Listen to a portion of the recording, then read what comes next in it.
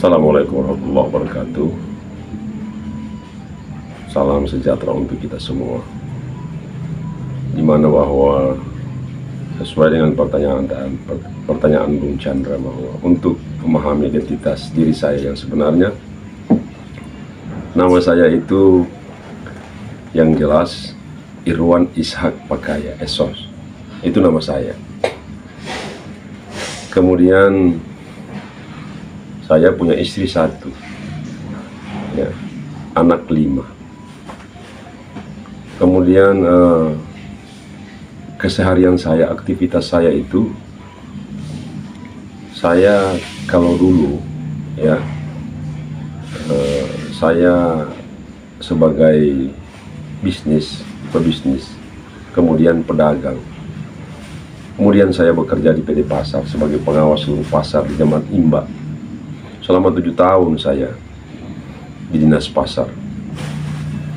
Kemudian saya ini sebagai pencinta sepak bola dan pelaku sepak bola. Saya sebagai yang punya klub, saya sebagai pelatih. Kemudian saya ini sebagai penyuluh agama Islam di Kecamatan Tikala. Saya ketua penyuluh agama Islam di Kecamatan Tikala. Tapi sebelum itu saya sebagai ketua KKD, ketua Badan Takmir, ketua Tikala FC, ketua FOPSI, ketua LSI, ketua lah, banyak ketua bola ini, Danon nasional, internasional Danon. Nah, kemudian saya ini dikenal dengan nama Komil, ya, saya dikenal dengan nama itu, karena mungkin ya sebagaimana Bung Chandra bertanya tentang identitas saya yang sebenarnya, itu saya jelaskan bahwa 1 istri 5 anak. 5 anak saya ini, yang 1 berusia sudah masuk 30 tahun, laki-laki, dan dia dinas di Makobrimob Gorontalo. Oh, anggota polisi ya? Ya, anggota polisi. Ya.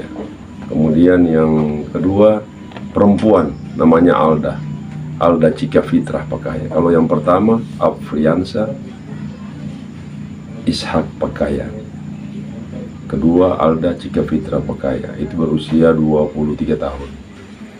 Kemudian yang ketiga kembar Alfat Alfaid, berusia 21 tahun saat ini.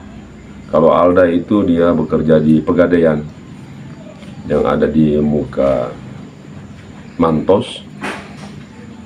Kemudian yang ketiga kembar, yang satu yang kakaknya Alfat Idran Putra Pakaya. Yang kedua Alfaid Irwan Putra Pakaya. Sudah bekerja mereka berdua? Ya, mereka berdua sekarang dinas di Polda. Oh, anggota polisi juga? Ya, anggota Polri. Ya.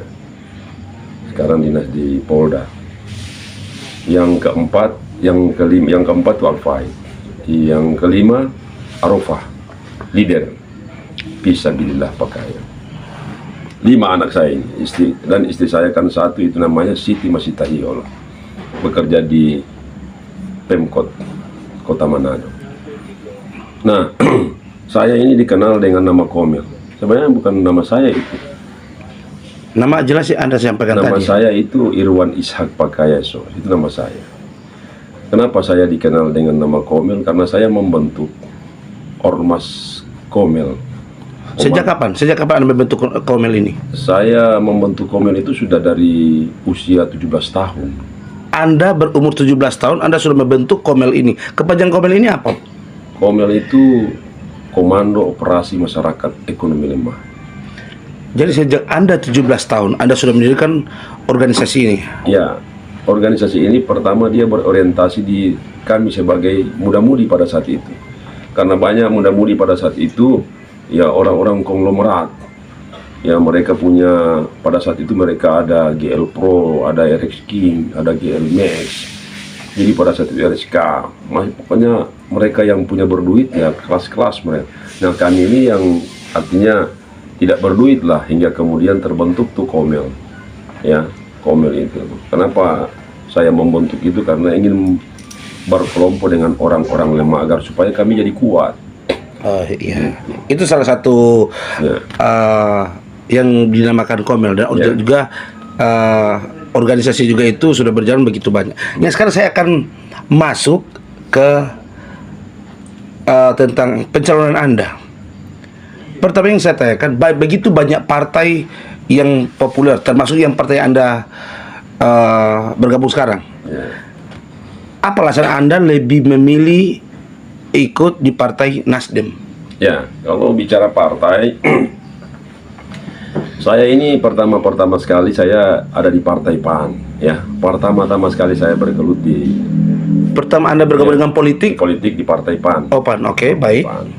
Yang kemudian ketika saya melihat Partai PAN pada saat 2014 itu, sangat kecewa saya pada saat itu. Kenapa saya kecewa? Karena masyarakat pada saat itu memilih saya, yang ribuan memilih saya pada saat itu, dan hingga kemudian 7 kali sidang bahwa saya suara terbanyak pada saat itu. Dan namanya juga partai. Kemudian saya belum masuk dalam lingkaran partai. Saya hanya sebagai kandidat pada saat itu. Masyarakat kecewa, saya pun kecewa pada saat itu. Akhirnya kemudian berjalan waktu 2019, saya masuk di Partai Hanura. Ya, Partai Hanura saya masuk, kemudian juga terpolitisir. Tidak cocok dengan Anda? Ya, tidak cocok. Ya, saya mundur diri. Mundur diri pada saat 2019. Nah, masuk 2024 ini, kemarin saya didaulat sebagai ketua Partai Umat Kota Manado. Ya, saya sempat mendengar bahwa Anda sempat bergabung dengan Partai Umat. Ya, saya memang bergabung dengan Partai Umat hingga membentuk Partai Umat. Yang membentuk 11 kecamatan, ketua 11 kecamatan itu saya bersama dengan tim saya, hingga kemudian Partai Umat itu bisa lolos. Ya, kami membentuk itu hingga kemudian Partai Umat lolos. Nah, kemudian berjalan saya lihat juga di dalam rupa tidak nyaman kelihatan ini, hingga kemudian saya tidak cocok lagi dengan style Anda tidak cocok. Karena saya berpikir bukan individu, ya, saya berpikir karena ada kelompok besar di belakang saya. Saya ingin menyelamatkan orang yang mengikuti saya.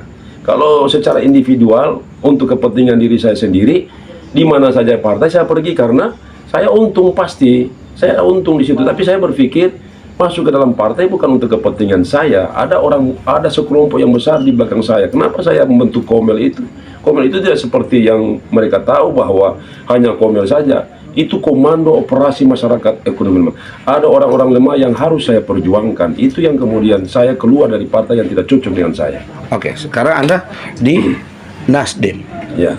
Menurut Anda di Nasdem ini apa sejalan dengan penglihatan Anda? Kalau hemat saya di Nasdem ini, saya berkaca kepada Pak Surya Paloh. Ya, saya berkaca kepada dia karena begini, ya, hancur dengan tidaknya itu tergantung dari top leadernya. Ya, top leadernya itu kalau bagus, ya pasti dia akan beranak juga bagus ke bawah. Kalau top leadernya itu tidak bagus, ya pasti akan tidak bagus juga ke bawah. Ya, itu yang saya melihat. Karena ada suara Pak Surya Paloh, kan dia bersuara dengan lantang bahwa tolong berikan kepada kami untuk mengatur negara kesatuan Republik Indonesia di akhir-akhir nafas kami. Tolong berikan untuk mengatur agar supaya negara kesatuan Republik Indonesia akan lebih baik ke depan. Itu, bayangkan Pak Surya Paloh bersuara, itu sangat memanggil orang untuk sama-sama kita mendukung Partai Nasdem. Itu yang kemudian saya harus masuk ke dalam Partai Nasdem. Oke, baik. Nah, kita akan masuk dengan jika, karena ini visi misi ini nanti terbentuk setelah kalau jadi anggota DPR. Ini yang saya tanyakan. Alasan apa Anda memberanikan diri untuk masuk dalam pesta demokrasi ini? Bisa Anda jelaskan? Iya, terima kasih. Kalau Bung Chandra menanyakan seperti itu, pertama Bung Chandra, saya sudah sampaikan bahwa ya nama saya ini ya Irwan Ishak Pakaya, ya bukan Komel. Ya, kenapa saya kemudian menggema dengan nama Komel, populer dengan nama Komel? Ini didaulat oleh rakyat, terdaulat dengan secara alami hingga saya dipanggil Komel. Sebenarnya membentuk komunitas Komando Operasi Masyarakat Ekonomi Lemah itu bukan rakyat sebenarnya, itu harus dinaungi oleh pemerintah karena ada orang-orang lemah yang harus diperhatikan oleh pemerintah. Nah, saya masuk ke dalam, ya, saya masuk ke dalam untuk jadi calon. Insya Allah saya diijabah oleh Allah masuk ke dalam. Insya Allah saya tidak akan menikung mereka. Saya akan mengawal amanah mereka. Ya, Saya akan berupaya bagaimana cara mengawal. Kenapa? Karena cuman anggota dewan yang bisa bersuara langsung kepada wali kota, menyampaikan tentang apa yang terjadi di lapangan, apa yang terjadi di masyarakat. Maka saya harus masuk ke dalam. Ya, saya bertemu dengan teman saya di Jakarta, di kantor KPK. Dia bilang, "Pak, daripada Bapak ini ngaung-ngaung di sini di kantor KPK, boro-boro Pak, buang-buang energi, lebih baik Bapak pulang ke kampung, kemudian Bapak mencalonkan diri sebagai anggota legislatif." Itu disampaikan ke saya. Kemudian suara Bapak yang lantang itu sampaikan di dalam ruang dewan tersebut. Oh, berarti salah satu juga inspirasi yang disampaikan di KPK juga? Iya, waktu saya kemudian aksi di KPK itu, 2014 itu, kami aksi di sana. Itu disampaikan oleh teman saya, kan kami aksi di sana. Nah, disampaikan, "Pak Komel, pulanglah ke kampung halaman, mencalonkan dirilah sebagai anggota legislatif, sampaikan kepada masyarakat bahwa Bapak insya Allah bisa berupaya untuk mengawal amanah masyarakat, apalagi masyarakat ekonomi lemah." Oke. Jika Anda terpilih nanti, apa yang harus Anda lakukan untuk masyarakat di sini? Bukan untuk Komel ya, untuk seluruh Tikala-Pal 2. Pak Chandra. Apa yang harus Anda lakukan? Ya, terima kasih Pak Chandra. Ya, kalau mau bilang mau dilakukan apa saja yang mau dilakukan, ya, masyarakat bisa melihat saya ini dari masih muda, saya ketua bidang olahraga, ya, ketua remaja bidang olahraga. Kemudian masuk sebagai pada saat saya beranjak dengan umur yang masuk dewasa, saya sebagai ketua Tikala FC. Kemudian saya sebagai ketua bentor-bentor, mantan ketua bentor-bentor saya. Kemudian ketua KKD, ketua BTM, ketua penyuluh. Sekarang saya imam, ya, saya imam. Nah, kemudian kalau masyarakat bertanya, apa orientasi Pak Komel untuk masuk ke dalam anggota legislatif? Harusnya masyarakat melihat sekarang, Bung Chandra, kalau tenda saya beli dengan uang 15 juta, ya, ini bagian daripada peduli terhadap masyarakat. Sebenarnya itu boro-boro amat saya beli itu tenda dengan harga 15 juta. Begitu juga ambulans, saya beli dengan uang saya sendiri. Itu ambulans hampir 60 juta dengan cuttingnya, ya. Saya beli genset, saya beli kursi, ya. Ini untuk masyarakat. Nah, itu kepedulian saya sebelum menjadi anggota dewan, saya sudah peduli dan saya mengawal aspirasi masyarakat. Contoh, masyarakat. Karena kemarin saya sebagai ketua bijak, ya, Bugis, Jawa, Gorontalo, itu saya ketuanya. Saya sampaikan kepada mereka. Begitu juga bentor-bentor. Coba tanya siapa waktu saya jadi ketua bentor, apa yang saya buat? Ya, pada saat itu sopir bentor maupun pemilik bentor, alhamdulillah mereka senang. Berarti Anda menyediakan tenda, mobil ambulans, dan juga yang lain-lain ini tanpa ada kontrak politik daripada pendukung-pendukung Anda ya? Ya tidak, saya itu inisiatif sendiri? Inisiatif sendiri itu karena kenapa?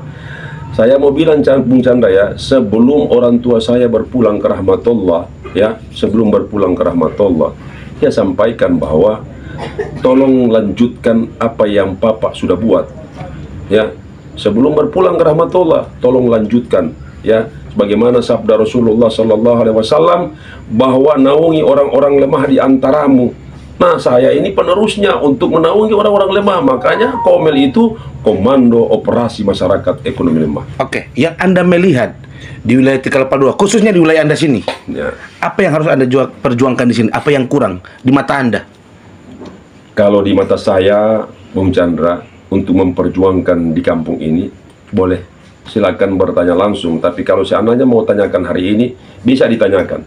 Perjuangan saya ketika saya menjadi ketua bentor, ketika saya menjadi ketua Tikala FC, ketika saya menjadi ketua KKD, ketika saya menjadi ketua BTM, ketika saya menjadi ketua penyuluh agama Islam saat ini, dan hari ini saya imam. Tanyakan kepada mereka bahwa aktualisasi mereka saya tahu senang, dan saya kawal aspirasi mereka. Saya kawal mereka karena mereka orang lemah yang tertindas, yang seolah-olah termarginalkan, harus saya bantu mereka. Saya mencalonkan diri sebagai anggota dewan ini bukan untuk kepentingan pribadi saya. Kalau Bung Chandra melihat bagaimana keluarga saya, ini bukan sombong ya. Minta maaf, walatan sifil ardi maroha. Tidak bisa berjalan dengan sombong. Tapi saya menjelaskan secara faktual, nyata, tajam dan terpercaya mungkin ini ya.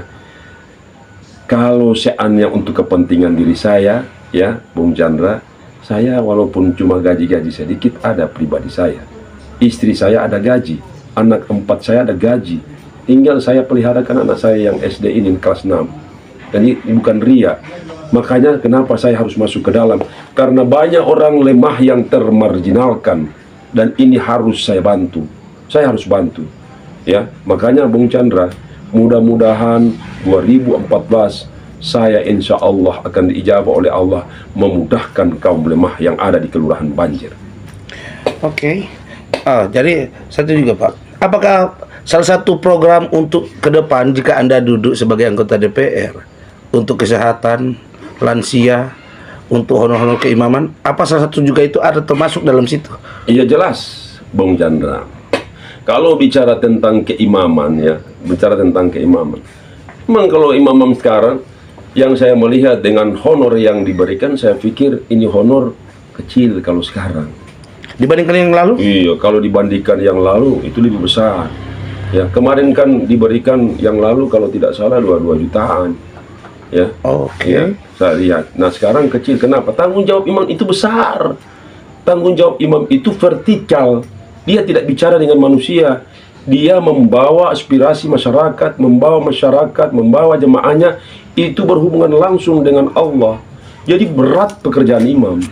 Oke. Ya. Anda sangat tahu tentang agama. Ya. Spiritual Anda sangat mengerti. Yang ingin saya tanyakan, apakah Anda berani, walaupun cuma sedikit umat muslim yang ada di DPRD Kota Manado, Anda siap memperjuangkan untuk umat muslim untuk memperjuangkan di lembaga DPRD Kota Manado? Ya jelas bahwa di dalam memperjuangkan umat muslim, ya, itu jelas saya akan memperjuangkan aspirasi umat muslim. Bahkan bukan cuma umat muslim sebenarnya. Agama ini sangat sakral, tergantung orang dia mau agama apa, karena di sini kan ada agama, ya, mau agama Buddha, Hindu, Kristen, Protestan, kemudian Kristen Katolik, kemudian Konghucu, Islam, Kristen. Jadi masing-masing, tapi saya akan memperjuangkan namanya orang, namanya manusia, harus saya bantu. Tidak memilih. Ya. Gambar ini, video ini akan disebarkan dan kemungkinan akan viral, apalagi seorang Komil Pakaya. Yang ingin saya tanyakan, jika hari-hari besar umat muslim, hari-hari besar, apakah Anda bisa memperjuangkan untuk anggaran-anggaran bisa ditambah sedikit untuk hari-hari besar umat muslim? Bung Chandra, kalau bicara tentang untuk memperjuangkan dana operasional untuk hari-hari besar umat Islam, Bung Chandra, di sana itu kan saya walaupun belum menjadi anggota dewan, tapi saya sudah baca-baca juga ini bagaimana aturan-aturan di dalam. Yang di dalam itu kami hanya bisa mengusulkan, ya, dengan kecerdasan kami, dengan kejelasan, ketegasan, menyampaikan bahwa kalau boleh dana umpamanya PHBI diberikan sekian jumlahnya, kalau kemarin umpamanya jumlahnya itu cuma 20 juta, tambahkanlah 25 juta. Itu kan kemudian akan diketuk siapa pimpinan sidang, dan kemudian kekuatan orang yang duduk di dalam, kekuatan partai, berapa jumlah orang yang duduk di dalam. Nah, kalau seandainya kekuatan itu cuma sedikit, ya, sulit juga. Makanya kami kemudian dari Partai Nasdem ini berupaya bagaimana kami banyak agar duduk sebagai anggota legislatif di Kota Manado. Itu kami yang mendominasi agar supaya suara aspirasi masyarakat ketika seperti apa yang Bung Chandra katakan, bahwa dinaikkan upah, dinaikkan transport, dinaikkan dana operasional untuk PHBI umpamanya, untuk acara-acara umat Islam, itu jelas diketuk. Tapi kekuatan yang dominasi partai, apakah jumlah partai itu banyak? Ya banyak kursinya. Kalau kursinya itu cuma sedikit, ya agak sulit juga. Sebentar nanti kalau kami usulkan 25 juta umpamanya, kemudian pimpinan partai bilang tidak, kami akan putuskan 20 juta. Ya jelas, karena suara terbanyak kan ini voting, ya. Ya, dia akan di voting. Karena mereka lebih dominan, maka jelas mereka yang akan menang. Makanya kenapa Bung Chandra, insya Allah tahun ini mudah-mudahan rakyat Kota Manado, khususnya Kelurahan Banjir, kalau boleh orang dari Partai Nasdem ini berupaya 3 kursi kalau boleh, ya. Saya memohon kepada seluruh masyarakat yang ada di Tikalapal 2, diupayakan kalau boleh kami ada 3 kursi di dewan, agar supaya dominan kursi dewan dari Partai Nasdem kemudian sebagai pimpinan dewan untuk Kota Manado. Baik. Nah,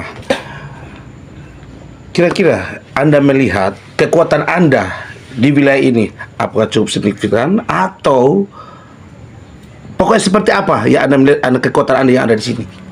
Ya, artinya kalau hitung-hitungan, ya hitung. Kalau saya ini basic sosial dan politik.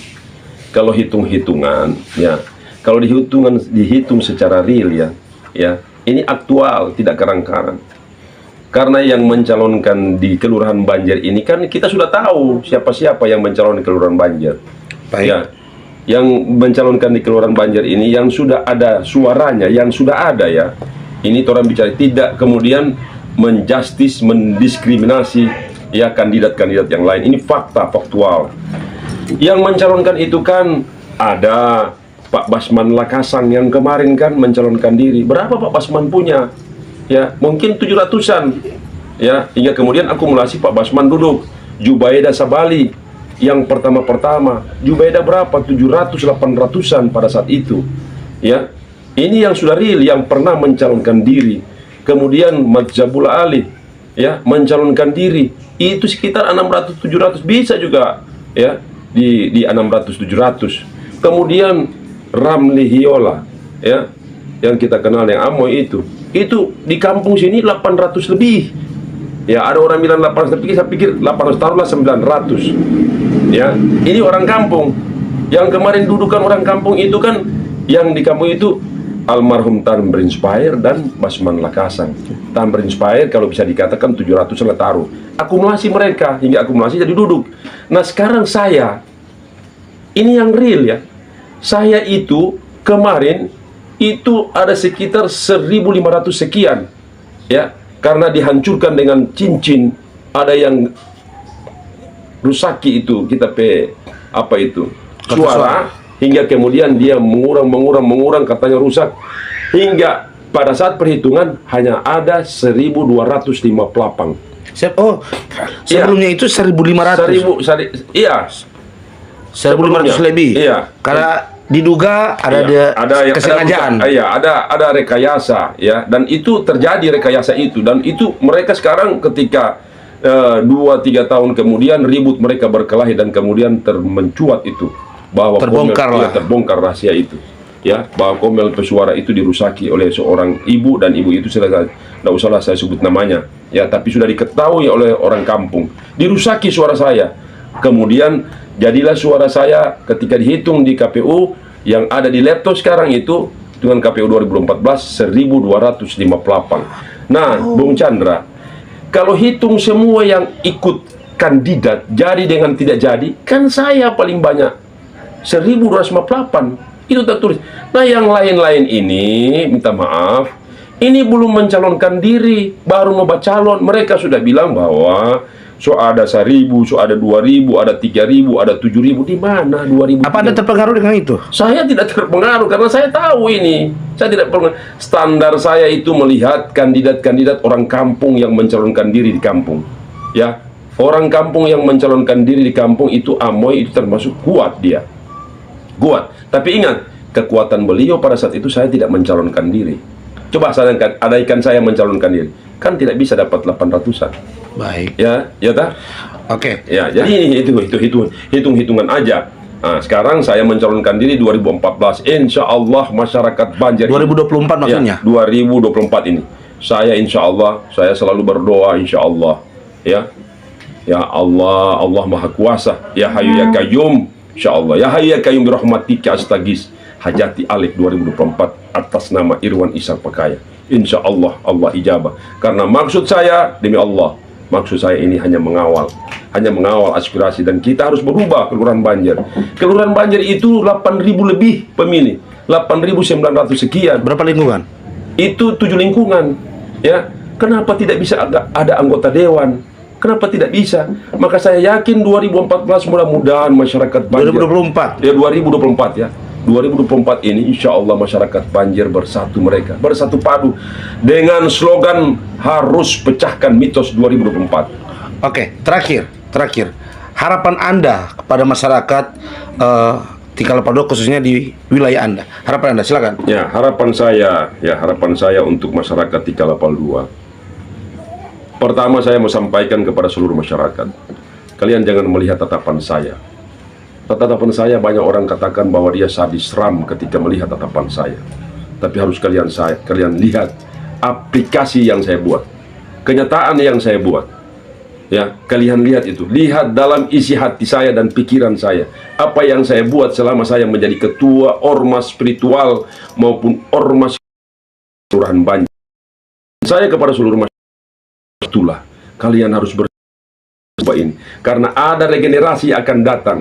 Kalau seandainya, kan ibaratnya begini, falsafah menyatakan tidak mungkin seekor hewan, kalau dia sapi atau kerbau, kemudian sapi itu atau kerbau dia hamil, tak mungkin dia akan melahirkan kambing. Ya, sapi tidak akan melahirkan kambing, begitu juga kerbau tidak akan melahirkan sapi kalau dia hamil. Yang pasti kerbau ketika dia hamil dan dia akan melahirkan anak kerbau. Begitu juga sapi. Sapi ketika dia hamil dan melahirkan, dia akan melahirkan anak sapi. Kuda juga begitu, ketika dia hamil dan dia akan melahirkan, dia pasti akan melahirkan anak kuda. Begitu juga kita sebagai insan manusia yang ada di Kelurahan Banjar.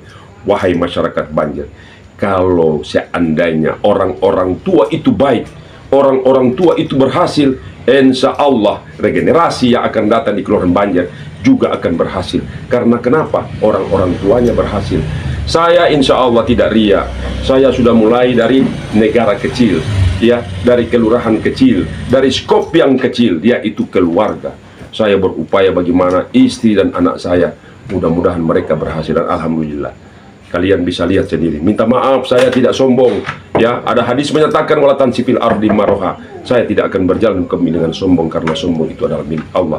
Tapi ini upaya, harapan saya kepada seluruh masyarakat Banjar. 2024, tolong kita pecahkan mitos. Jangan kita pragmatis. Kalau kita pragmatis, hancur kampung ini. Pragmatis itu artinya kita melihat uang. Dengan uang 250 hanya per menit, 1 hari kalian pakai, tapi kalian akan merugi 5 tahun. Saya secara pribadi atas nama Irwan Ishak Pakaya Esos, saya berharap kepada kalian, insya Allah ada rahmat Allah yang turun di pikiran kalian, di hati kalian, dan kalian bersatu dengan slogan pecahkan mitos 2024. Harus ada anggota dewan dari Kecamatan Tikala, Pal 2, Kelurahan Banjar, atas nama Irwan Ishak Pakaya Esos, yang disebut dengan Komel, Komando Operasi Masyarakat Ekonomi Lemah.